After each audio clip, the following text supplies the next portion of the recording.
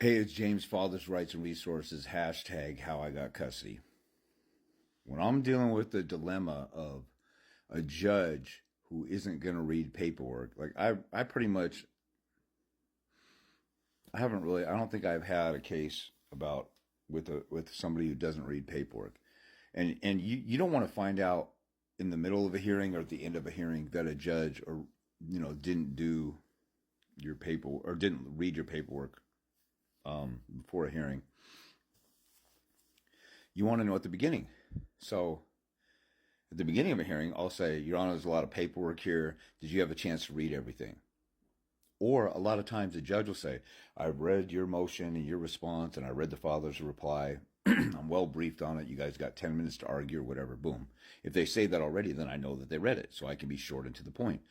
If I ask them that question, or clients of mine going into a hearing, I tell them, why don't you ask them up front, if you have a history of them not reading stuff, ask them, did you get a chance to read the paperwork? Then you have to get into more detail. Well, my paperwork, if you read it later, take it under advisement, yada, yada, yada. But one way that you can almost be assured that that a judge will read the paperwork is if in the title or the caption of the document, you say something triggering that gets their attention. Now, the caption of a document, at the beginning of a document, they have, like in my case, James Christensen versus Sedaris Wright. And then, how they'll have a block here and a block here. And then some states, they have a little bit of chaos going on. But usually on the left side, you have the name of the parties. On the right side, you have the name of the document and the case number. At the top, you have the, like in District Court of Minnesota for the county of St. Paul or whatever they might have, Washington, in the Superior Court of Washington, in and for King County, Walla Walla County, whatever. They'll have that across the top, and then on the left, they'll have James Christensen versus Sedaris Wright, and then they'll have the case number 01-5-00795, motion for temporary orders, and then maybe clerk's action required or something like that.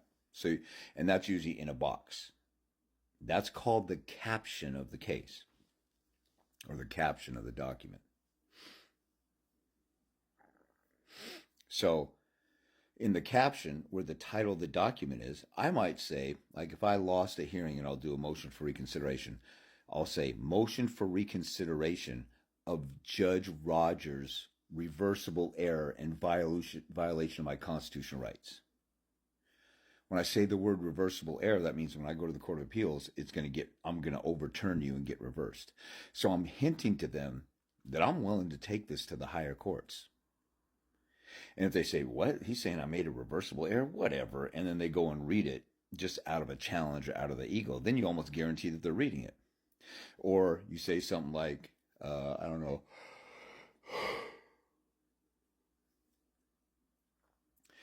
motion for reconsideration of Judge Rogers' reversible error and multiple violations of the Code of Judicial Conduct, including bigoted bias or egregious bias. Those are practically accusations in the title. So they're going to look at the title of the document and see what you're asking, and then maybe just throw it away or throw it in a pile or not read it. So you almost have 100% chance that they're going to look at the title of the document. So if you lose them at the title, like a motion for reconsideration, new trial, they could just write an order saying denied, and they don't have to explain themselves on reconsideration because they already went through the process. So that's when you really want. A lot of judges will automatically deny a reconsideration just because they have. In Washington, it says that reconsideration shall be denied unless they find a compelling reason or compelling interest to change their order or call a new hearing to hear everybody out again. But so if you got a judge or family law commissioner, a magistrate or a friend of the court who wants to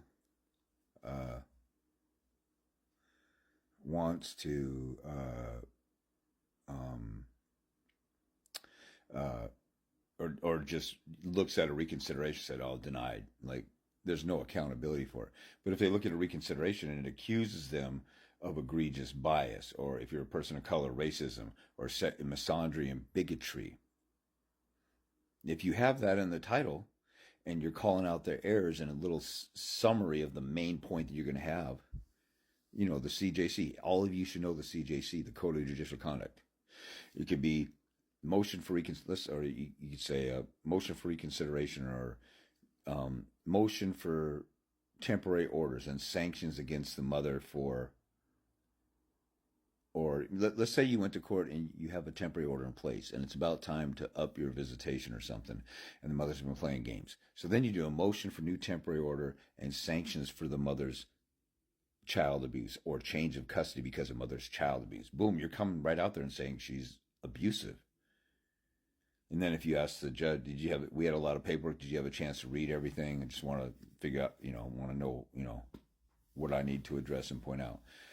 And they say, no, I didn't have a chance to read everything. Say, okay, well, then you have to know, you have to get into it more. If they say, yeah, then at the end of the hearing, you can say, well, or in your argument, you can say, you have seen the mother's child abuse. You have a duty of care, responsibility to the child and to society to rescue the child from this abuse. It's clear in my paperwork, and you're the one who can rescue the child. You have a duty of care, allegiance to the child. You have a duty of care to serve the public according to the Code of Judicial Conduct, and you can't release this child into society in a dysfunctional situation where they'll become traumatized and they'll be passive aggressive, or they'll be a menace to society, or they'll be a juvenile delinquent. So you have a duty not only to the child but to society. And then we have our parental rights. The mother's assumed to act in the best interest of the child, just like I am under Troxel versus Granville. But look at the evidence showing that she's not. Withholding the child, playing games, the child comes over bruised and scratched, or whatever. Whatever your argument is. People should walk into court or walk away having made an argument that says, if you don't give me custody or 50-50, you're endangering the child and endangering society. A judge should have the feeling that you have the power to rescue a child from child abuse. You're the most despicable human being in the world if you don't use your power for good in this world. Unless you're just here to get Title 4D money. You can even do that really gently and softly. Everybody says, and I've seen documentaries that say, you'll give custody to moms all the time because you want to get your Title 4D retirement money. I hope that's not true in this court. I hope it's just a rumor. Because the court system has a horrific history in this country. Courts have locked people up who weren't even mentally ill and put them away because they were politically opposed to, fascism or of the political climate of the day. They would deem them, we have the history of the Salem witch trials in this country. We have a history of Jim Crow laws. We have a history of putting innocent people in prison. You could just Google innocent man set free. I just did one for New York, and I saw I think I did worst cases of falsely incarcerated people, and I just saw about 20 different articles. And a client used that in their paperwork to say, because they were in New York, New York has a horrific hit, and he's a black dude, and he's going to say New York has a horrific history of dealing with people of color in the criminal court system, and now you're dealing with me in a bigoted way in family court, to the detriment of the child. See, these are all kinds of things that people don't hear from anybody else because it takes a little bit of balls to do this stuff, because it's not politically correct.